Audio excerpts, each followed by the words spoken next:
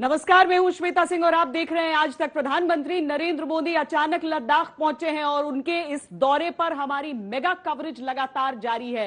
प्रधानमंत्री नरेंद्र मोदी ने मिलिट्री अस्पताल में भी उनके मुलाकात करने की, तमाम जो हमारे घायल सैनिक हैं जो गलवान घाटी में घायल हुए उनसे मुलाकात की बात है। कुछ देर पहले वो war memorial hall of fame गए जहां उन्होंने शहीदों को श्रद्धांजलि दी। इससे पहले पीएम मोदी लेह के नीमू क्षेत्र में सेना, एयरफोर्स और आईटीबीपी के जवानों से मिले। पीएम के पहुंचने पर भारत माता की जय, वंदे मातरम के नारे लगे।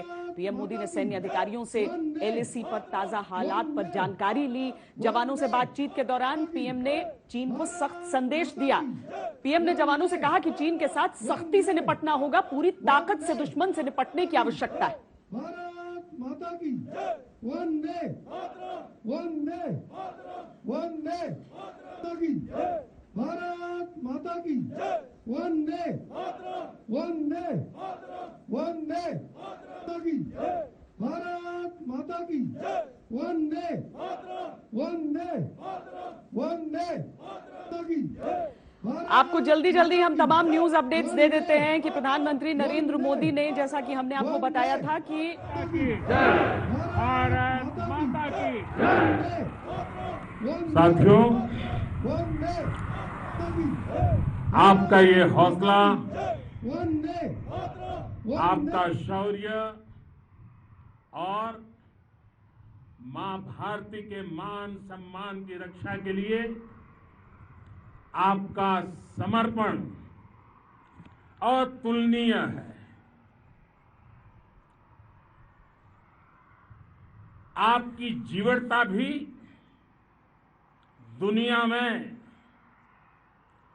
किसी से भी कम नहीं है। जिन कठिन परिस्थितियों में, जिस ऊंचाई पर आप मां भारती की ढाल बन करके उसकी रक्षा करते हैं, उसकी सेवा करते हैं, उसका मुकाबला पूरे विश्व में कोई नहीं कर सकता है। आपका साहस उस ऊंचाई से भी ऊंचा है जहां आप तैनात हैं। आपका निश्चय उस घाटी से भी सख्त है जिसको रोज आप अपने कदमों से नापते हैं। आपकी भुजाएं उन चट्टानों जैसी मजबूत है जो आपके इर्द गिर्द खड़ी है। आपकी इच्छा शक्ति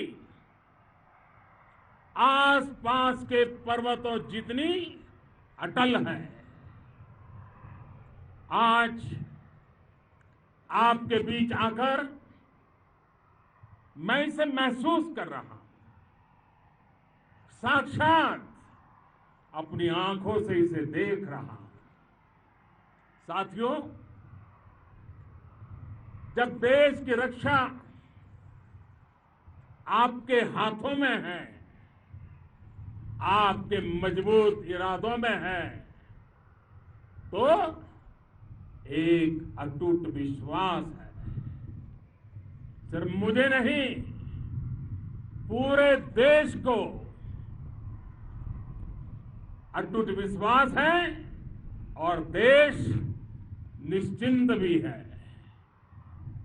आप जब सरहद पर डटे हैं तो यही बात प्रत्येक देशवासी को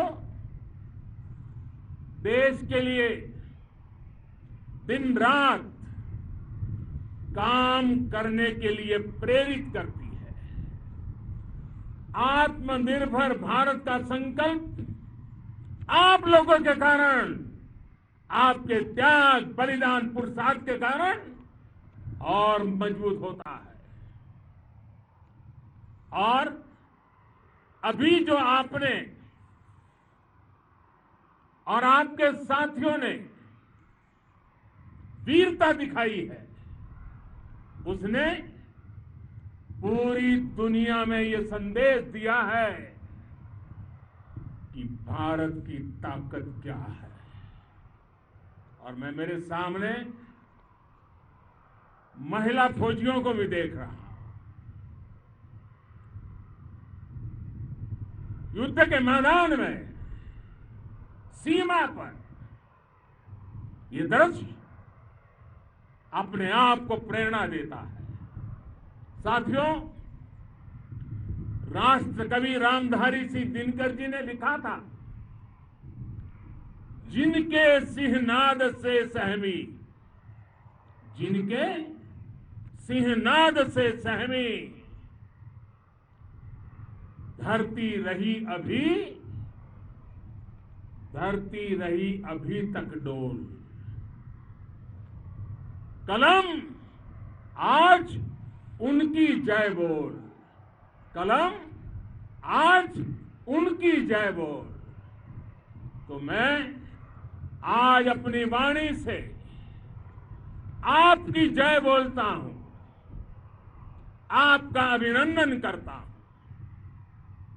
मैं गलवान घाटी में शहीद हुए अपने वीर जवानों को भी पुनः श्रद्धांजलि अर्पित करता हूं।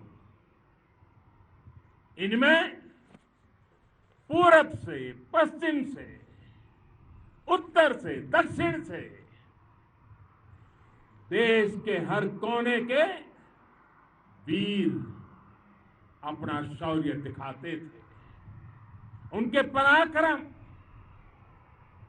उनके सिंहनाद से धरती अब भी उनका जयकारा कर रही है।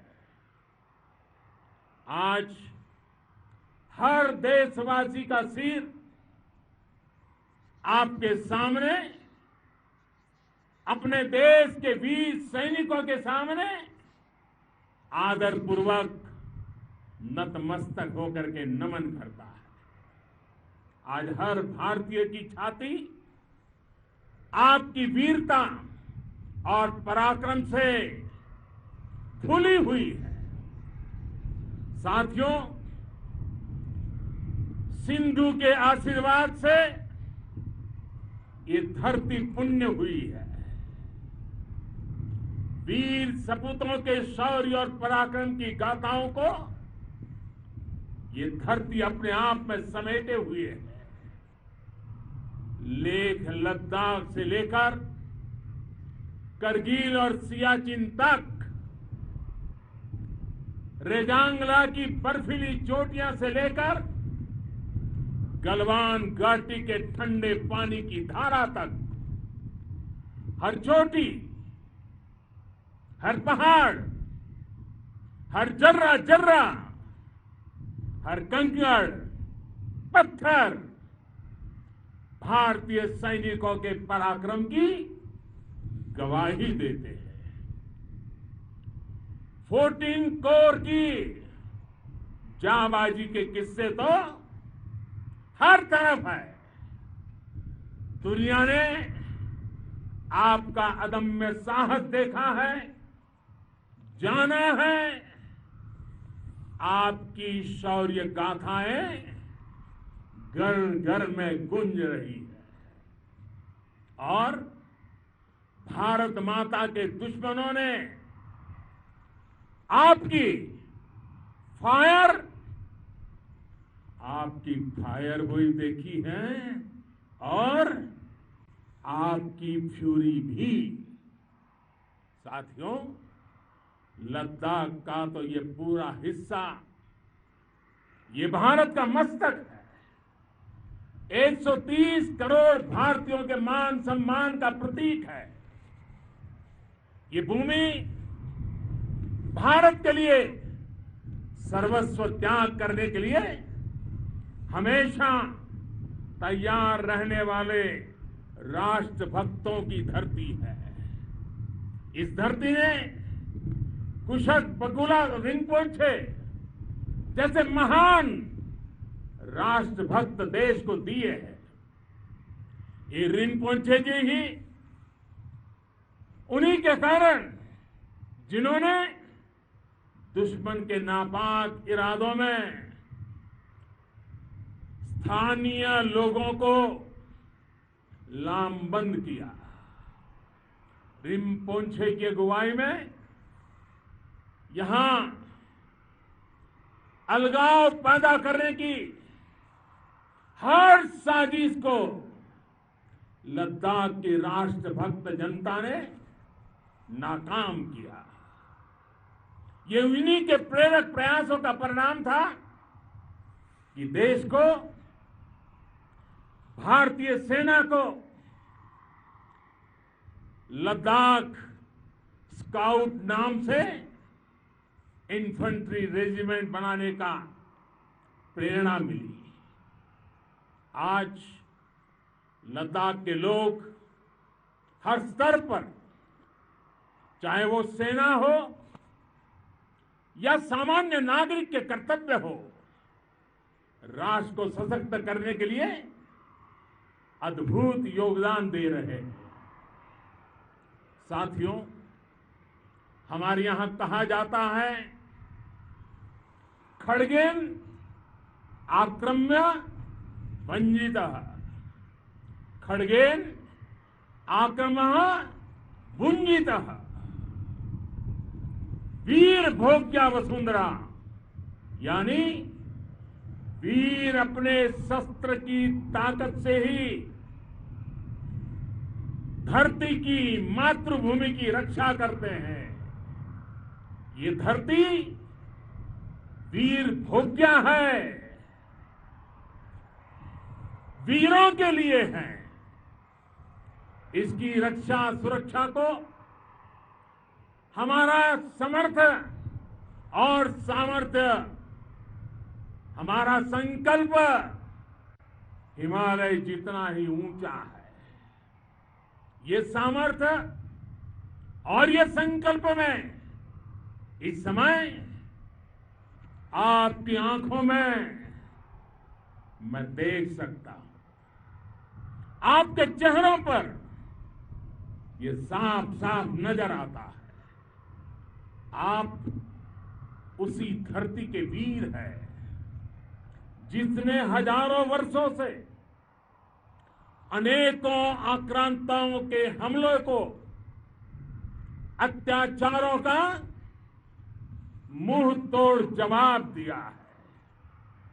हम, और ये हमारी पहचान है, हम वो लोग हैं जो बांसुरीधारी कृष्ण की पूजा करते हैं, तो हम वही लोग हैं जो सुदर्शन चक्रधारी कृष्ण को भी आदर्श मान करके चलते हैं। इसी प्रेरणा से हर आक्रमण के बाद भारत और सशक्त होकर उभरा है। साथियों, राष्ट्र की, दुनिया की, मानवता की प्रगति के लिए शांति और मित्रता हर कोई स्वीकार करता है, हर कोई मानता है बहुत जरूरी है।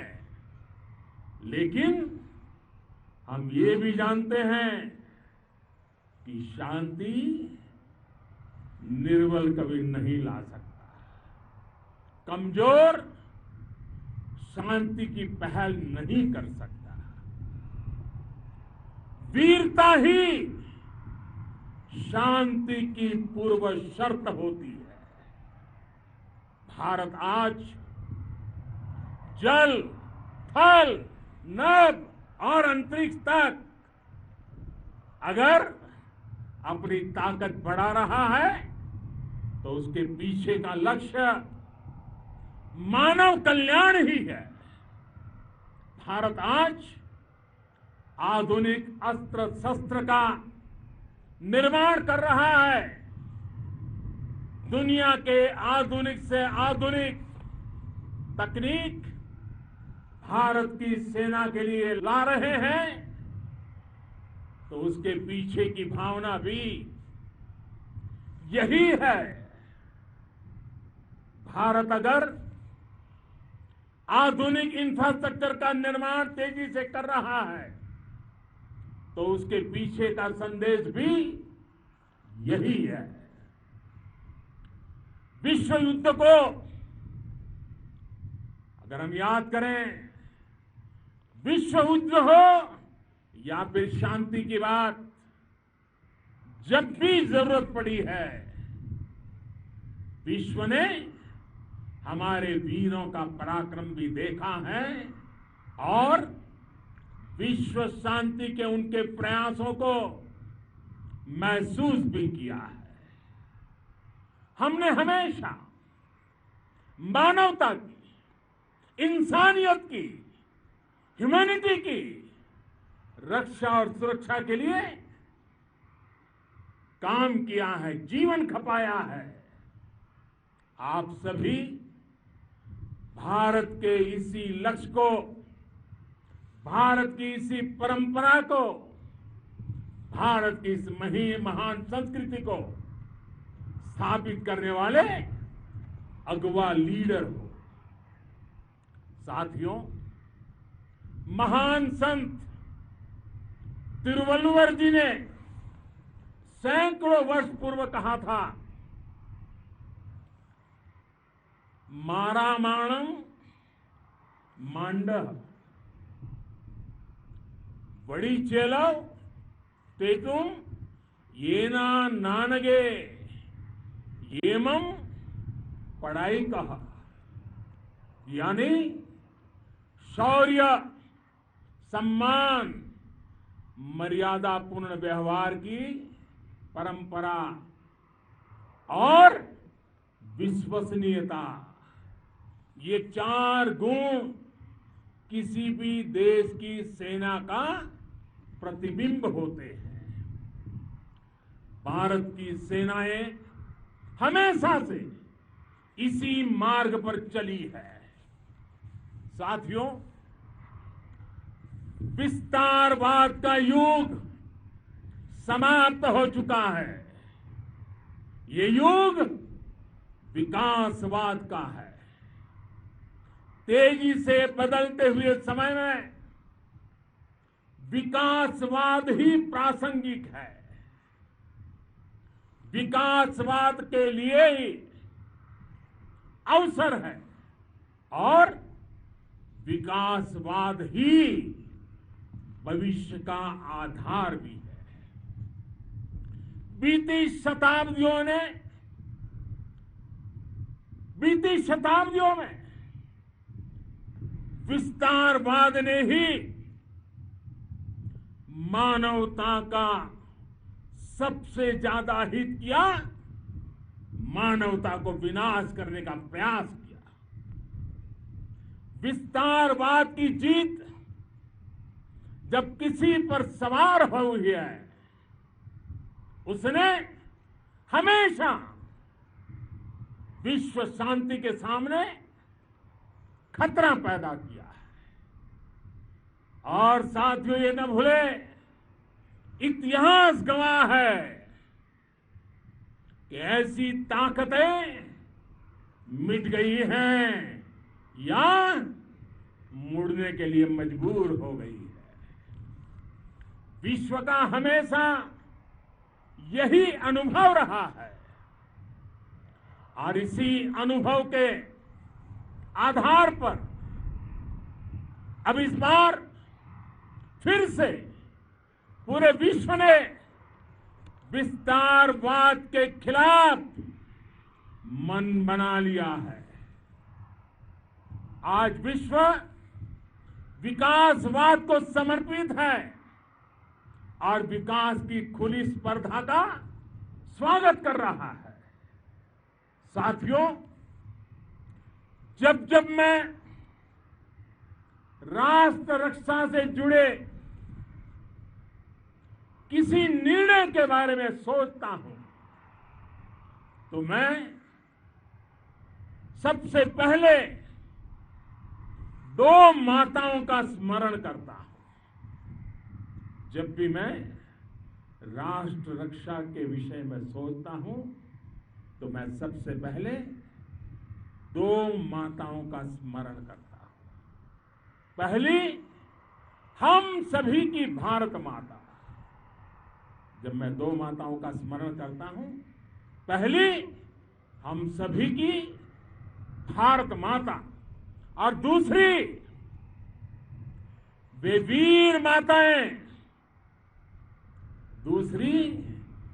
वीर माताएं, जिन्होंने आप जैसे पराक्रमी योद्धाओं को जन्म दिया है। मैं उन दो माताओं का स्मरण करता हूं। मेरे निर्णय की कसौटी यही है। इसी कसौटी पर चलते हुए आपके सम्मान, आपके परिवार के सम्मान और भारत माता की सुरक्षा को देश सर्वोच्च प्राथमिकता देता है। सेनाओं के लिए आधुनिक हथियार हो या आपके लिए जरूरी साजो सामान, इन सभी पर हम बहुत ध्यान देते रहे हैं। अब देश में बॉर्डर इंफ्रास्ट्रक्चर पर खर्च करीब 3 गुना कर दिया गया है। इससे बॉर्डर एरिया डेवलपमेंट और सीमा पर सड़कें, पुल बनाने का काम भी बहुत तेजी से हुआ है। इसका एक बहुत बड़ा लाभ ये भी हुआ है कि अब आप तक सामान भी कम समय में पहुंचता है। साथियों, सेनाओं में बेहतर समन्वय के लिए लंबे समय से जिसकी आशा थी, वो चीफ ऑफ डिफेंस स्टाफ के पद का गठन करने की बात हो या फिर नेशनल वॉर मेमोरियल का निर्माण, 1 रैंक 1 पेंशन का फैसला हो या फिर आपके परिवार की देखरेख से लेकर शिक्षा तक की सही व्यवस्था के लिए लगातार काम देश आज हर स्तर पर अपनी सेनाओं और सैनिकों को मजबूत कर रहा है। साथियों, भगवान गौतम बुद्ध ने कहा है, साहस का संबंध प्रतिबद्धता से है, कन्विक्शन से है। साहस करुणा है, साहस कंपेशन है। साहस वो है जो हमें निर्भीक और अड़िग होकर सत्य के पक्ष में खड़े होना सिखाएं। साहस वो है जो हमें सही को सही कहने और करने की ऊर्जा देता है। साथियों, देश के वीर सपूतों ने गलवान घाटी में जो अदम्य साहस दिखाया, वो पराक्रम की पराकाष्ठा है। देश को आप पर गर्व है, आप पर नाज है। आपके साथ ही हमारे आईटीबीपी के जवान हो, बीएसएफ के साथी हो, हमारे बीआरओ और दूसरे संगठनों के जवान हो, मुश्किल हालात में काम कर रहे इंजीनियर हो, श्रमिक हो, आप सभी अद्भुत काम कर रहे हैं। हर कोई कंधे से कंधा मिलाकर मां भारती की रक्षा के लिए, मां भारती की सेवा में समर्पित है। आज आप सभी की मेहनत से देश अनेक आपदाओं से एक साथ और पूरी दृढ़ता से लड़ रहा है। आप सभी से प्रेरणा लेते हुए हम मिलकर हर चुनौती पर, मुश्किल से मुश्किल चुनौती पर विजय प्राप्त करते रहे हैं, विजय प्राप्त करते रहेंगे। जिस भारत के सामने और हम सबने जिस भारत के सपने को लेकर और विशेष रूप से आप सब सरहद पर देश की रक्षा कर रहे हैं, हम उस सपने का भारत बनाने के लिए, आपके सपनों का भारत बनाने के लिए 130 करोड़ देशवासी भी पीछे नहीं रहेंगे, ये मैं आज आपको विश्वास दिलाने आया हूं। हम एक सशक्त और आत्मनिर्भर भारत बनाएंगे, बना करके ही रहेंगे। और आपसे प्रेरणा जब मिलती है तो आत्मनिर्भर भारत का संकल्प भी और ताकतवर हो जाता है। मैं फिर एक बार आप सभी का हृदय से बहुत बहुत अभिनंदन करता हूं, बहुत बहुत धन्यवाद करता हूं। मेरे साथ पूरी ताकत से बोलिए, भारत माता की, भारत माता की, भारत माता की, वंदे वंदे वंदे।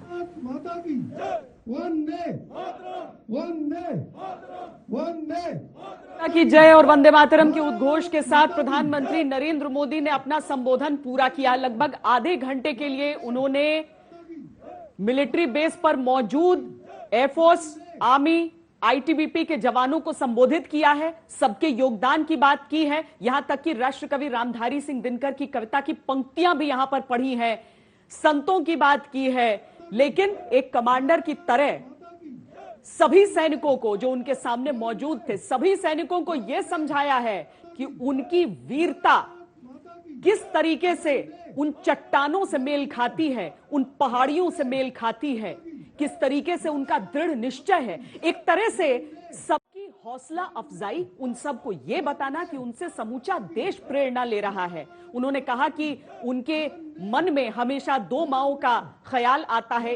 एक भारत माता और दूसरी वो वीर माताएं जिनकी कोख से इन सभी सैनिकों ने जन्म लिया है, जो ऐसी विषम परिस्थितियों में भी डटकर खड़े रहते हैं, दुश्मनों से मुकाबला करते हैं। बहुत बड़ा संदेश है यहां पर चीन को, नाम नहीं लिया है चीन का, लेकिन चूंकि वो लद्दाख में मौजूद थे और वहां से ये संदेश दे रहे थे तो साफ था कि संदेश है किसके लिए। एक बार फिर जरा उसके अहम अंश सुनिए। आपका अभिनंदन करता हूं। मैं गलवान घाटी में शहीद हुए अपने वीर जवानों को भी पुनः श्रद्धांजलि अर्पित करता हूं। इनमें पूरब से, पश्चिम से, उत्तर से, दक्षिण से देश के हर कोने के वीर अपना शौर्य दिखाते थे। उनके पराक्रम उनके सिंहनाद से धरती अब भी उनका जयकारा कर रही है। आज हर देशवासी का सिर आपके सामने, अपने देश के वीर सैनिकों के सामने आदरपूर्वक नतमस्तक होकर के नमन करता है। आज हर भारतीय की छाती आपकी वीरता और पराक्रम से फूली हुई है। साथियों, सिंधु के आशीर्वाद से ये धरती पुण्य हुई है। वीर सपूतों के शौर्य और पराक्रम की गाथाओं को ये धरती अपने आप में समेटे हुए है। लेह लद्दाख से लेकर करगिल और सियाचिन तक,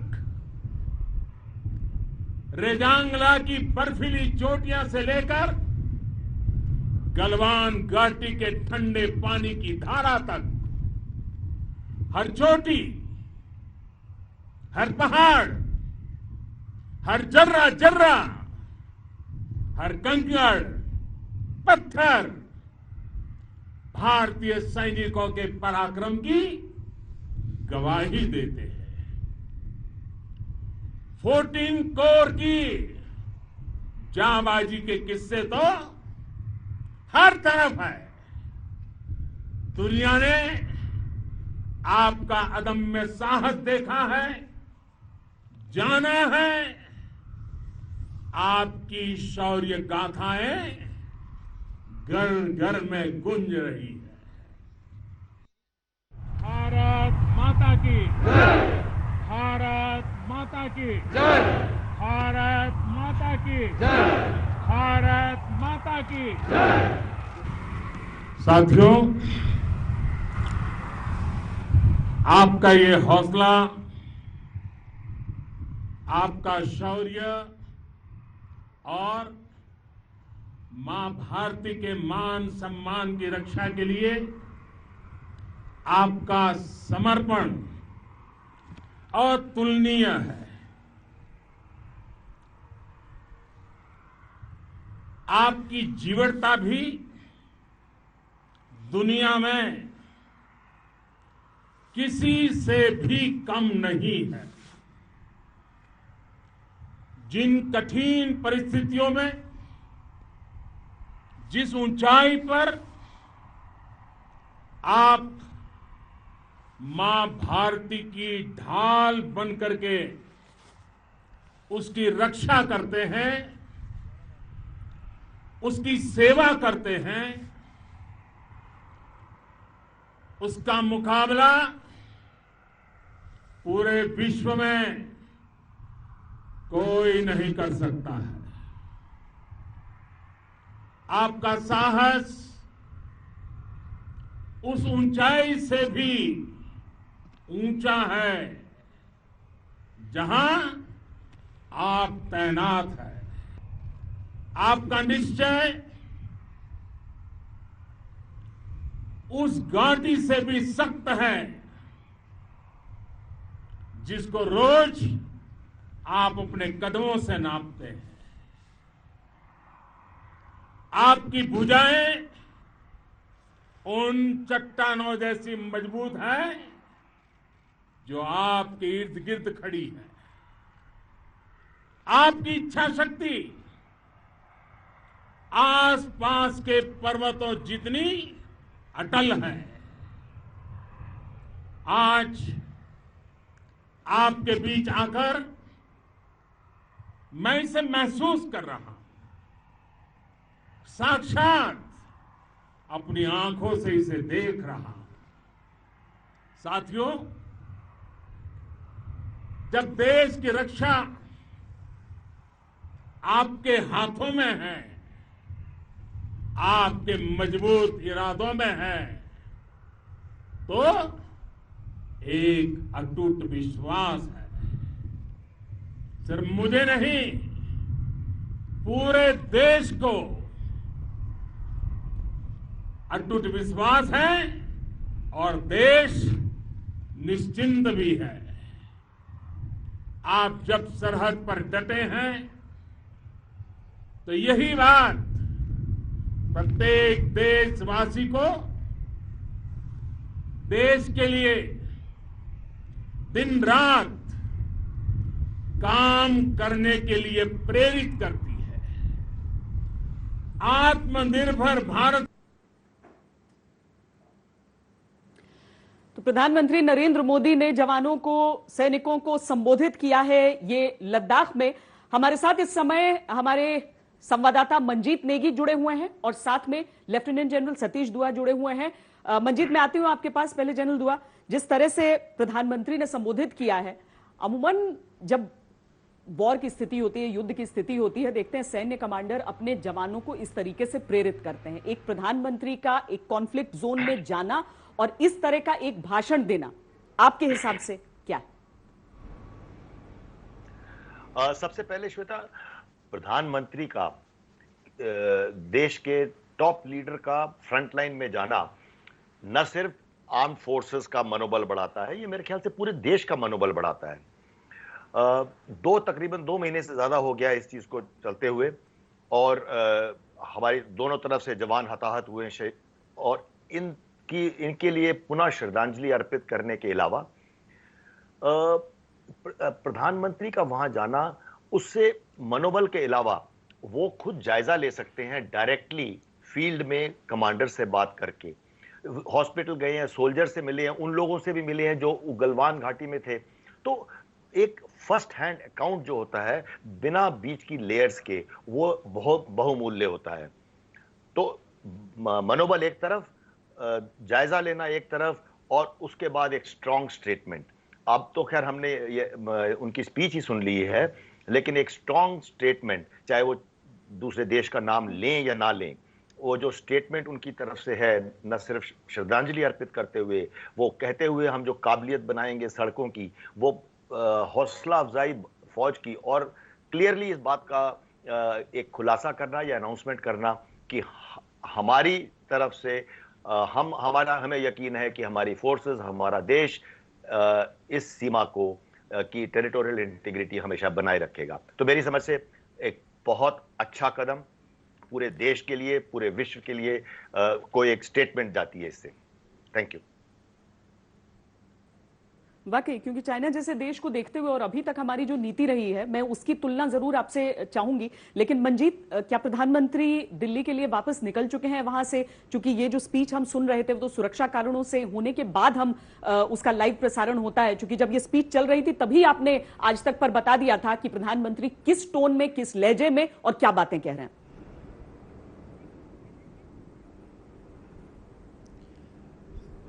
श्वेता, थोड़ी देर पहले प्रधानमंत्री अपने विशेष विमान से रवाना हो चुके हैं और करीब 7 घंटे से ज़्यादा का उनका ये दौरा रहा है। ताबड़तोड़ उन्होंने अलग अलग जगह पर जाकर ये कह सकते हैं कि युद्ध के मोर्चे पर जिस तरह से सैनिकों की मूवमेंट होती है उसी तरह का उनका दौरा रहा है। और सुबह 7 बजे यहाँ पर लैंड होने के बाद जिस तरह से वो सबसे पहले फॉरवर्ड पोस्ट निमू, जो कि यहाँ से 35 किलोमीटर दूर ब्रिगेड हेडक्वार्टर है, वहाँ पर जवानों के बीच पहुँचे और किस तरह से जवानों का हौसला बढ़ाया। भारत माता की नारों के बीच में वो जवानों के बीच थे। वहाँ पर सेना, वायुसेना, ITBP तमाम जवान और अधिकारी थे, जहाँ पर उनको ब्रीफिंग दी गई ऑडियो वीडियो के जरिए। कोर कमांडर, आर्मी कमांडर ने उनको ब्रीफ किया, हालात की जानकारी दी। और वहाँ पर उन्होंने अलग से सैन्य कमांडरों के साथ जो नॉर्दर्न आर्मी कमांडर हैं लेफ्टिनेंट वाई के जोशी, इसके अलावा कोर कमांडर हरिंदर सिंह, सेना प्रमुख जनरल नरवणे और CD जनरल विपिन रावत, उनके साथ रणनीति पर चर्चा की। और उसके बाद जो अभी उनका जो संबोधन रहा जवानों के बीच में, जिस तरह की बात प्रधानमंत्री ने एक फॉरवर्ड पोस्ट पर एक तरह से कह सकते हैं कि युद्ध में जाने से पहले जिस तरह का मोटिवेशन एक कमांडिंग ऑफिसर के तौर पर जवानों का होता है, उसी तरह का प्रधानमंत्री का भाषण रहा। और हमने पहले भी इसकी जानकारी दी कि प्रधानमंत्री ने काफ़ी कड़े लहजे में एक तरह चीन को चेतावनी दी है और सैनिकों को कहा कि अब ये शौर्य दिखाने का वक्त है चीन के खिलाफ, और इस तरह जब दोनों सेनाएं आमने सामने खड़ी हैं। इसके बाद प्रधानमंत्री वापस यहाँ जो हेडक्वार्टर है 14 कोर का, वहाँ पहुँचे थे। वहाँ पर उनकी बैठक हुई और उसके बाद यहाँ पर शहीदों को, जो शहीद स्मारक है जहाँ पर सियाचिन से लेकर और अब तक के अलग अलग युद्धों में, करगिल युद्ध तक जो शहीद हैं, उनको श्रद्धांजलि देने के बाद आखिर में मिलिट्री हॉस्पिटल, जहाँ पर हमारे 15 तारीख जो जवान घायल हुए थे, उनको उनका हालचाल पूछा, उनकी हौसला अफजाई की और उसके बाद प्रधानमंत्री करीब 7 घंटे से ज़्यादा का जो उनका दौरा रहा है, उसके बाद दिल्ली रवाना हुए हैं। तो दो मोटी सी बातें जो बड़े संदेश उन्होंने दिए हैं। एक तो इस मौके पर जब दोनों सेनाएं आमने सामने खड़ी हैं श्वेता, युद्ध के हालात बने हैं, भारत ने पूरी तैयारी की है हथियारों के मामले में भी, चाहे तमाम जो हमारे हथियार, लड़ाकू विमान सुखोई से लेकर मिराज से लेकर तमाम लड़ाकू विमान, हमारी बोफोर्स तोप से लेकर M777 जैसी तोप, और 2 दिन पहले ही स्पेशल फोर्स की टुकड़ी यहाँ पर पहुंची थी। स्पेशल फोर्स का भी एक पैरा जंप प्रधानमंत्री के लिए रखा गया था, लेकिन समय की वजह से वो नहीं हो पाया। तो ये एक तरह से जवानों का उन्होंने हौसला अफजाई की लड़ाई के मोर्चे पर, और दूसरा पड़ोसी को भी ये संदेश दिया कि खुद प्रधानमंत्री इस मौके पर, जबकि सेनाएं आमने सामने युद्ध के लिए खड़ी हैं, वहाँ पर वो पहुँचकर एक तरह की चेतावनी दे सकते हैं। जी, क्योंकि अभी तक हमने बहुत नपी तुली बातें सुनी है। कम से कम जब तक चीन जैसा दुश्मन सामने रहता है, भारत पाकिस्तान को लेकर जो सियासी बयानबाजी होती है वो अलग होती है, चीन को लेकर अलग होती है। हमारे साथ भारतीय जनता पार्टी के वरिष्ठ नेता राजीव प्रताप रूडी भी जुड़ चुके हैं। रूडी जी, क्या हम ये समझें कि प्रधानमंत्री ने जो कहा है वो सैनिकों को एड्रेस करेंगे, तब उनकी बात करेंगे? अगर विपक्ष इतने दिनों से सवाल उठा रहा था कि जब उस दिन संबोधन किया तो सिर्फ कोरोना की बात करके क्यों चले गए, चीन की बात नहीं, प्रधानमंत्री सैनिकों के लिए बचाकर उन्होंने ये बात रखी थी कि शौर्य की बातें तो उन्हीं से होंगी जो वाकई ग्राउंड पर शौर्य अपना दिखा रहे हैं।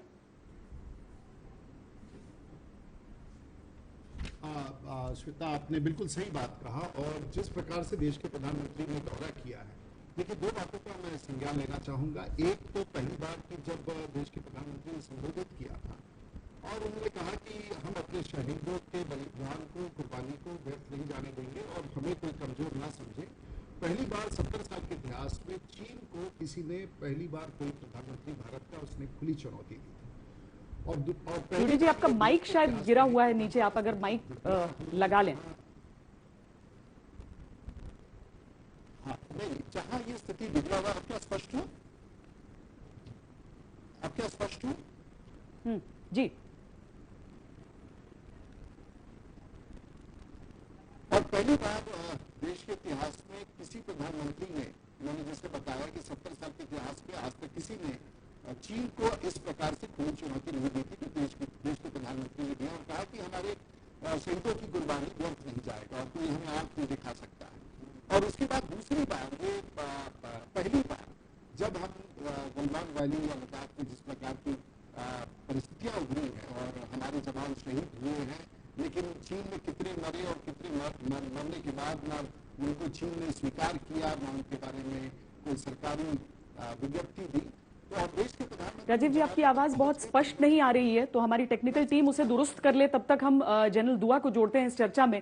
जनरल दुआ, हमेशा जो पेट्रोलिंग टीम वहां पर जाती है, चाहे उसके रिटायर्ड सोल्जर्स हों, जो इस बात को बताएं कि उन्हें बड़ा बुरा भी लगता था कि हमेशा आप 3 तख्तियां लेकर वहां पर जाते हैं। पहला जिसमें आप कहते हैं यह हमारी जमीन है, आप अपनी टेरिटरी में चले जाइए। दूसरा जिसमें कहते हैं कि ये हमारी जमीन है, आप भी पीछे हटिए और हम भी पीछे हटते हैं। और तीसरी वो तख्ती जिस पे ये लिखा रहता था कि ये हमारी जमीन है, हम पीछे हट रहे हैं, आप पीछे चले जाइएगा। तो ये चीन जैसा देश जिसे समझ में आना चाहिए था, सेना ने कभी अपने आप को कमजोर नहीं समझा, लेकिन ये नीतियां जो रह गई वो थोड़ा सा परेशान जरूर करती थी। क्या आपको एक सैनिक होने के नाते ये भरोसा है कि आज अगर हम एक स्ट्रॉन्ग स्टैंड ले रहे हैं, आज अगर हम कह रहे हैं कि चीन को उसकी भाषा में जवाब देंगे, तो ये आने वाले दिनों के लिए भी रीडिफाइन करेगा भारत और चाइना के रिलेशनशिप को? बिल्कुल। आने वाले दिनों में army to army line of actual control पे डीलिंग्स क्या होंगी, वो तो रीडिफाइन होंगी। वो इसलिए होंगी जैसे कि आपने देखा पिछले हफ्ता, लगभग पिछले हफ्ते हमारे को मंत्रालय, मिनिस्ट्री ऑफ डिफेंस की तरफ से, डिफेंस मिनिस्टर की तरफ से, लीडरशिप की तरफ से था कि आर्मी को अब पूरी खुली छूट दे दी गई है। हमें किसने बांध रखा था? हमने कुछ प्रोटोकॉल्स आपस में तय किए थे, दोनों आर्मीज ने। दोनों आर्मीज ने तय किया था कि हम वेपन जो कैरी करेंगे कुछ ऐसे ढंग से कैरी करेंगे, हम दोनों एक दूसरे के ऊपर एम्बुश नहीं लगाएंगे उन 23 जगहों में। तो इस तरह के कुछ प्रोटोकॉल्स हमने दोनों तरफ ने तय किए और दोनों तरफ उसको रिस्पेक्ट भी करते रहे। अब इस वक्त हालांकि गोली नहीं चली, लेकिन दोनों तरफ से डेथ्स हुई हैं, जाने गई हैं। यकीनन इतने 3 दिन की जो लेफ्टिनेंट जनरल लेवल बातचीत जो 12-14 घंटे चली हैं, तो कई प्रोटोकॉल डिसाइड होंगे। और आज जो प्रधानमंत्री ने एक स्ट्रॉन्ग मैसेज दिया है, एक स्ट्रॉन्ग स्टेटमेंट दी है, यकीनन इसके बाद कई चीजें रीडिफाइन होंगी। और मेरी समझ से ये चाहे जिस स्तर पे भी हो, ये सब करना बहुत जरूरी है। हम उसी दूरी पे नहीं चले रह सकते जिस तरीके से हम आज से 50 साल पहले थे। जनरल दुआ, एक चीज और आपसे समझना चाहती हूँ। जब पाकिस्तान के लिए कहा जाता है कि हमारे सैनिकों को फ्री हैंड दिया जा रहा है और चाइना के साथ जब कहा जाता है कि हमारे सैनिकों को फ्री हैंड दिया जा रहा है, तो उसमें डिफरेंस होता है। आप उस सर्जिकल स्ट्राइक को आपने लीड किया था जब पहली बार ऐसा हुआ कि एक सरकार ने उसे जानते बूझते और एंडोर्स भी किया, वरना स्ट्राइक्स होती रही हैं लेकिन उस तरह का एंडोर्समेंट एक गवर्नमेंट का नहीं रहा है उस पर। तो वो हमने देखा कि सर्जिकल स्ट्राइक कैसे हुई, उसे फॉलो अप किया गया बालाकोट एयर स्ट्राइक से। पाकिस्तान के साथ तो हम गोली चला सकते थे। आज अगर हम चाइना को उसकी भाषा में जवाब देने की बात करते हैं, ये आजादी किस तरह की है? जो ग्राउंड पर जवान सुन रहा था प्रधानमंत्री को, उसने क्या समझा होगा आज? देखिए, आर्मी के जवान, यही जवान जो आज लद्दाख में तैनात हैं, ये कभी ना कभी JNK में LOC में रहे होंगे, क्योंकि सभी ऑल्टरनेट टेन्योर्स करते हैं, तो सभी को अंडरस्टैंडिंग है लाइन ऑफ कंट्रोल और लाइन ऑफ एक्चुअल कंट्रोल अलग है। अलग क्या है? अलग ये है कि लाइन ऑफ कंट्रोल में के पार जो पाकिस्तान की तरफ से घुसपैठिए टेररिस्ट इन्फिल्ट्रेट कराते हैं वो लोग। नाउ टेररिज्म एक अलग चीज है। जो हमने सर्जिकल स्ट्राइक की थी जब उड़ी पे उन्होंने हमला किया, और उसके पहले पठानकोट और कई ऐसे बड़े हमले हुए, तो डिसाइड किया गया कि हम एक ऐसा वार करेंगे जो अक्रॉस जाएंगे। उधर अक्रॉस का सर्जिकल स्ट्राइक का और बाद में बालाकोट स्ट्राइक का फर्क यह है कि वो टेररिस्ट के अगेंस्ट था। उसमें हमने पाकिस्तान आर्मी को कोई टारगेट नहीं किया, कोई कोलेटरल डैमेज नहीं हुआ, सिर्फ हमने terror camps, terror launch pads और टेरर कैंप्स पे स्ट्राइक किया। वेरेज अब लाइन ऑफ एक्चुअल कंट्रोल में कोई टेररिस्ट इन्वॉल्व नहीं है, दोनों आर्मीज हैं और दोनों आर्मीज के एक प्रोटोकॉल्स हैं जो हम पहले इसके थोड़ी देर पहले हम इसकी डिस्कशन कर चुके हैं। तो ये एक डिफरेंस आता है दोनों तरफ से। और आज पहली दफा प्रधानमंत्री ने एक स्ट्रॉन्ग स्टेटमेंट दे दी है यहाँ पे कि भाई ऐसा नहीं चलेगा। क्या होगा वो अभी टाइम विल टेल, अभी धीरे धीरे रीडिफाइन किया जाएगा, मैं समझता हूं। और ये एक मेन डिफरेंस है।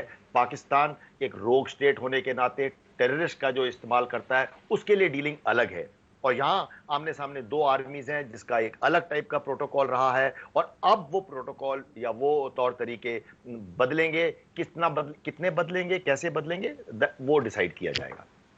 श्वेता। मंजीत, ये अचानक जो दौरा था, प्रधानमंत्री नरेंद्र मोदी वहां पर पहुंचे, जाहिर है कुछ घंटों पहले तो सबको पता चल गया क्योंकि तैयारियां थी उस विमान के वहां पर पहुंचने की भी, और प्रधानमंत्री के लिए एक पूरा प्रोटोकॉल होता है। लेकिन आखिरकार जब ये जवान वहां पर प्रधानमंत्री को उन्होंने सुना, ग्राउंड से खबर क्या आ रही है? वो खुश हैं, उत्साहित हैं, क्या कह रहे हैं?